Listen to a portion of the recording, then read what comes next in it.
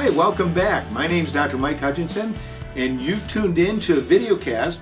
A week ago, I did a video cast on adipose-derived stem cells, and it brought up some questions.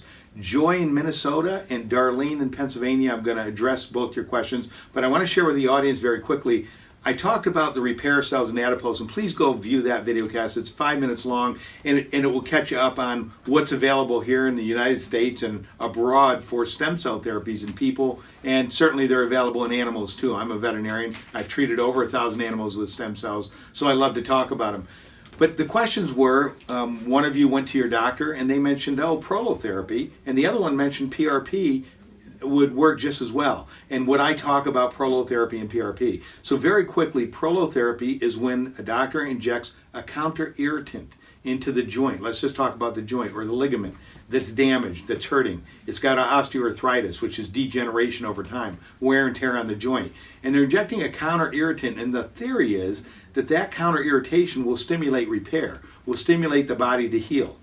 And I have colleagues, I haven't used it personally because the colleagues that have used it, they tried to do their own clinical trials in their hospitals, had no success with it.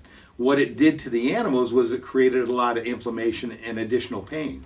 And in humans, I know that some people are reporting success, but there's no published papers on it that I could refer to tell you that it's a great therapy to do. I myself wouldn't choose that treatment for an animal with osteoarthritis. Now, PRP, platelet-rich plasma, that is a therapy I would use, but that's not a regenerative therapy. The platelets, think about them like a balloon. You've heard about it when you get a cut.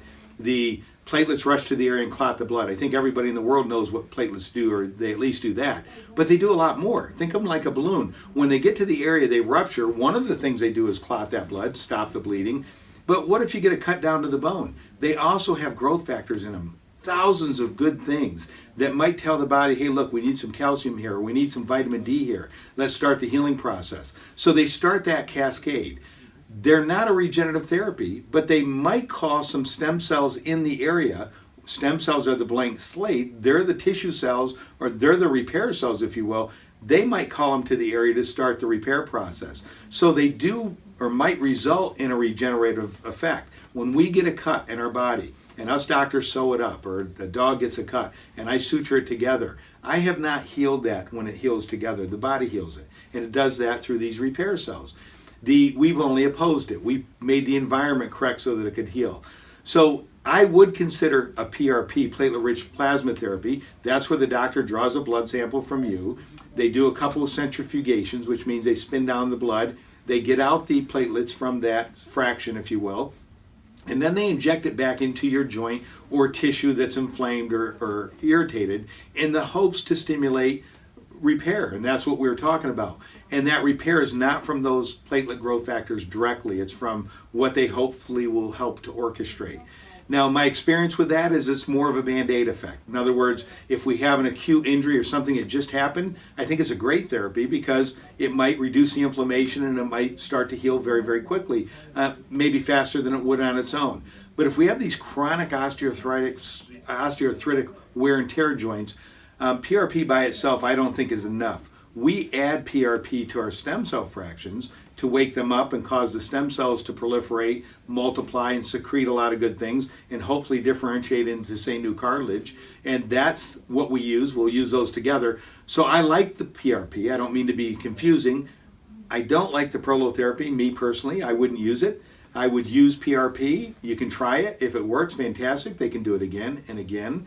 But I think the ideal or gold therapy in my practice, if I were treating an animal, would be to use the adipose-derived stem cells, which we activate using platelets. So we get the best of both worlds that way. A little more expensive, of course, because you're doing more things. Technology is more expensive.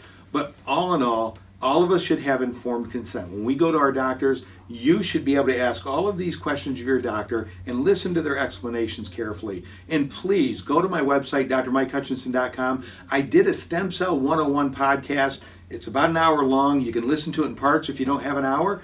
You will be more informed about stem cells and the different types of repair cells in our body than most people on the planet if you listen to that. I mean that because there's not a lot of true information about stem cells that you can find easily unless you're a doctor and you go out and you get papers.